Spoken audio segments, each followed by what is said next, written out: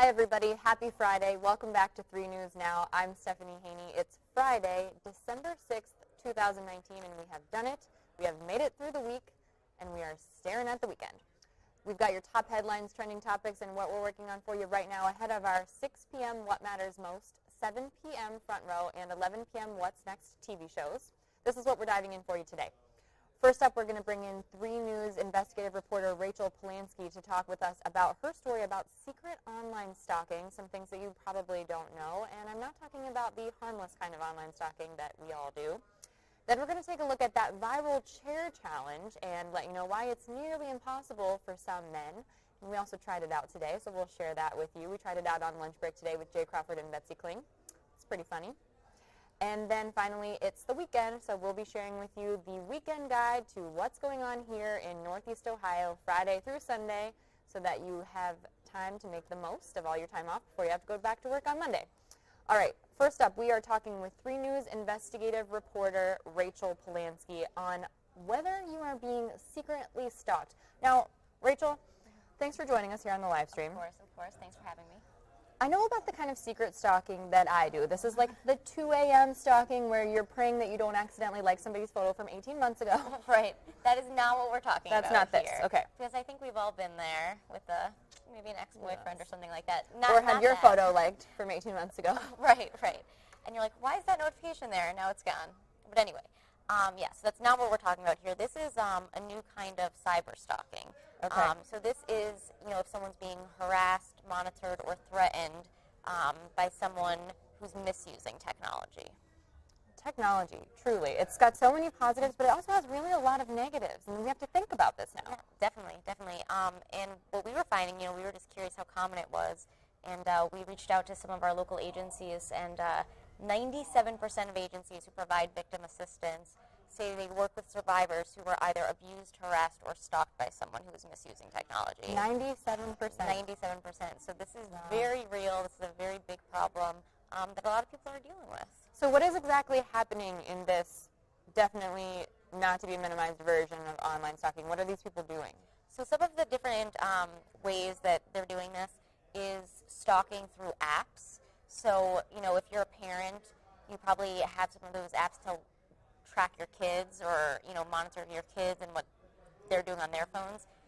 People are using those to watch a partner or an ex-partner, something like that. To track your location? So that's a step further. GPS tracking, and that's something they could also do. There was all different.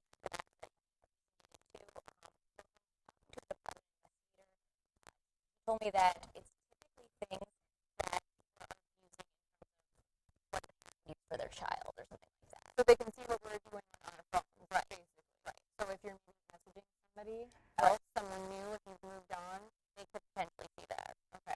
And there's obviously really extreme cases, and then there's not as extreme cases. But what I thought was really interesting, because I thought, oh my gosh, if something like this is happening, do you have to go analyze or like what happened? Right. And from what he said, sometimes you do have to go to that point, but most of the time it could just be doing a hard reset on your phone, setting up that 2-factor authentication on your phone, and changing your passwords can really do it, which sounds so basic, but that's really his first advice. And he said when people come to him and say, oh my gosh, I think somebody's stalking me, I think my phone's, something's going on with my phone, that's his first piece of advice before he even, thinks about forensically analyzing the cell phone or something like that. This is really eye-opening to me because I have been in situations where, I kid you not, I could swear that someone was listening into my conversations. Right. I would say things that would be repeated to me that were almost verbatim of what I would say. So is that something that people can do in these apps, is listen into the phones? So that is in extreme cases. We've heard situations like that. The woman that we're talking to tonight at 6 said that her home security cameras, the ex-boyfriend had hacked into, so he was able to be watching and hearing through the cameras, which I guess is not that hard to do if you have all of the username, password, and information to do it. So if you don't have that, so one thing that you said that we can do to protect ourselves is change our passwords. Right. Do the hard reset. Yep. Set up the 2-factor authentication.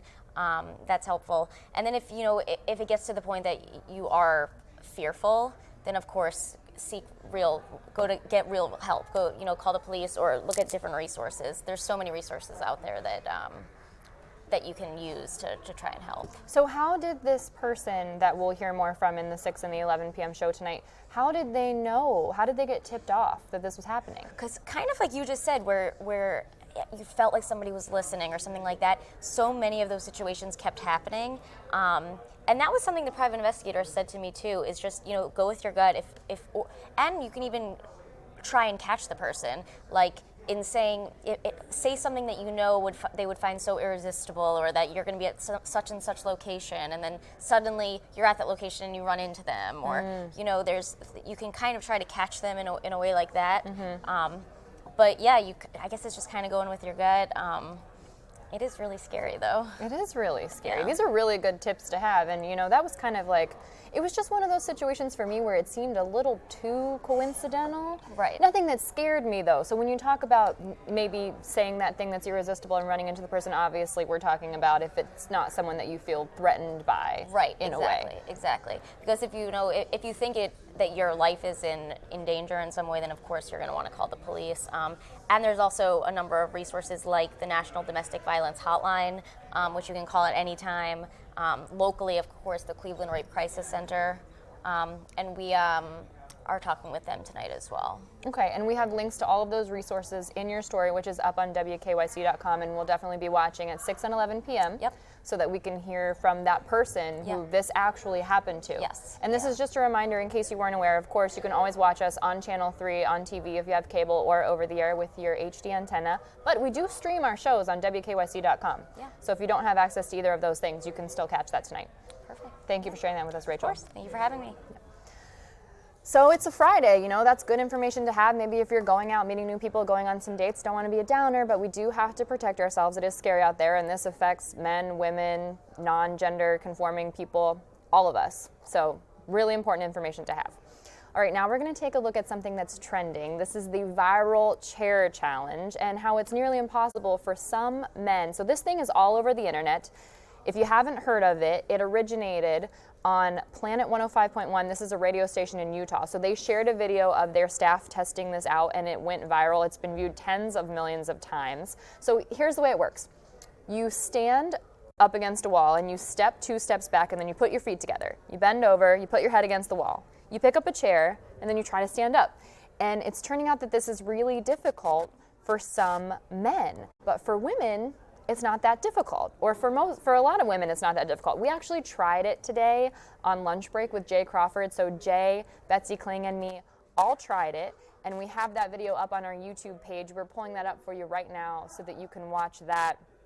It was pretty funny, and I think you'll enjoy Jay's reaction to it. My producer, Tyler, is pulling that up for us right now. So as soon as that's ready, he's going to let me know, and we'll play that for you. And I think you'll be pleasantly surprised at the fun that we had with it. And we actually have some science behind it too. So we'll let you know the science behind it. Okay, we have that for you. We're going to play it right now. I think it's more a product of just the way the season's gone with the 2 bye weeks, and then us getting some of our starters out of the game early on in the season. And then, like you said, we're a pretty clean team right now in terms of injuries. So just 1 second while we get the audio figured out for you here, because I don't want you to miss this. Okay, here we go. That far. Put your head against I'm going to do this. I'm telling you I'm going to do it. Yeah. Chair up. Let's go, Jay. Oh! Do it. Do it. Oh, almost. Oh, my gosh. I think I did it. Yeah, but you were like. Push your head against the Okay, wall. one more time. It was like disco happening against the wall here. What's up with this hip thrust? Look at. Keep it against the wall. This is hysterical. He's like doing the worm. It's hard. Oh my gosh, I'm getting That was yelled at. really good. That Okay, was a here we good go. effort. Okay. I have heels on too. One, But look two. how small your feet are. You're so Okay. close to Slide the it in. ball. Yeah, there's Oh, not this way? enough room to get it in Okay. there. All right. She's going to make this so easy. Yep. There you go. Okay, Stephanie, All go right. ahead. Okay. Let's give it a shot. Now, I did this at home with my wife last night, and One, because I two, couldn't do it, I three. had to figure out why. Slide it in. There we go. Our feet are bigger. Oh, this is really hard. I'm just kidding. This is actually incredibly easy. Our feet are bigger. It puts us further away from the wall, and more of our body mass is above our hips than you. Talk, talk, talk, talk, talk, talk, talk, talk. I hate losing it at Girl, anything. Can do it. says. More lunch break right after this. I'm so mad. Sorry if you all heard that. We had a little bit of interference there for you. Sorry about that. Hopefully that didn't hurt your ears too much. That was pretty funny, and you can see Jay was not happy about it at the end. Well, I will tell you, it has nothing to do with his core strength, according to experts. So we talked with Eric Shadrack. He's a physical therapist at Metro Health Medical Center, and Eric said that they think it has a lot more to do with the center of mass and essentially how big the size of someone's foot is. So Eric said people with larger feet will put them farther away from the wall and extend their center of mass from a position that their muscles can't act as a lever and move them across the anchor of their center of mass. So that's a lot of very fancy, sciencey, technical words, basically to tell you it's physics, it's science. It's all about how long your torso is, how far away from the wall you are, and whether you're at a 90-degree angle or maybe like a little bit of a higher angle and picking that chair up. But I thought that was pretty funny. All right, it is the weekend, as we've been saying, so we have your weekend guide for you up on WKYC.com, and we know the Browns are playing the Cincinnati Bengals here at home this weekend. It's the second to last, I believe, home game, so if you are trying to go to a Browns game, you might want to hit up this one because the Bengals don't have the greatest record. They only have one win, so that'll be at First Energy Stadium at 1 p.m. You might want to check that out. And also I can tell you, because I do try to make it to a lot of the home games, that the prices for the tickets for this one have gone down. So if you're thinking about going, it might not be a bad idea.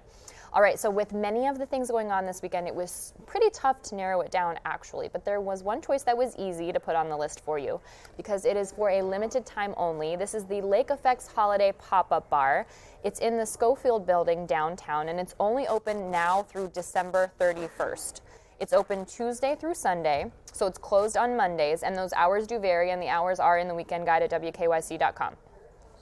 Another event that you need to know about is the Mix Icon event. So the Mix event is at the Cleveland Museum of Art. It happens the first Friday of every month, so only 12 times a year. So if you think about it that way, this is actually less than the Holiday Pop-Up Bar because that's open through the rest of the month. So this theme tonight is icons. And what that means is art and music so influential it transcends time. So you can go there, you can see art, have drinks, meet new people, and it's $15 if you are not a member of the Cleveland Museum of Art to get in. You do need to get your tickets in advance. If you are a member of the Cleveland Museum of Art, it's actually free, so you can go for free. This is for 18 and older only, and that is tonight from 6 to 10 p.m. Now we're going to take it from drinks to dogs because you know we do love pets here at 3, hashtag 3loveспets. Now whether you have a pet or not, this would be a fun event for you to check out if you do enjoy furry friends. It's called the Jingle Dog 5K, and it's being hosted by Running Dog in Akron on Saturday from 9 to noon. So it's a 5K and a 1-mile fun run at the Firestone Park in Akron. So there will be gifts and prizes, and there will be prizes for the best costume, and that's for the humans and the pets, and there will also be gifts. So every pet will get a set of jingle bells, so they want it to be the most jingly 5K in town on Saturday. Guaranteed to be a lot of fun. What's not to like about pets and jingle bells and the holiday and all of that good stuff. There are a lot of other options, too, up on WKYC.com in our holiday guide, so make sure you check it out, including links to everywhere you need to go to register for those events, get your tickets, and the hours for that holiday pop-up bar on every day of the week, Tuesday through Sunday. Thank you so much for joining us here on 3 News Now. We really appreciate you being a part of our live stream, weighing in the comments, liking the videos, and keeping the conversation going, too. You can always message me directly at _Stephanie Haney. Stephanie Haney, I do know my own last name. You can tweet me directly there. You can send me a DM on Instagram, and I'll be happy to talk with you about any of these stories, or if you have a story idea that you'd like us to talk about here on the live stream. And if you haven't already, please make sure you like our Facebook page and also subscribe to our YouTube channel. You can find that at youtube.com/user/WKYC-TV. While you're there, click the bell on any of our videos so that you get notifications every single time we go live. Everybody have a great weekend, make the most of it, have a good time, and I will see you back rested and recharged here on Monday with We Know You Can. See you then.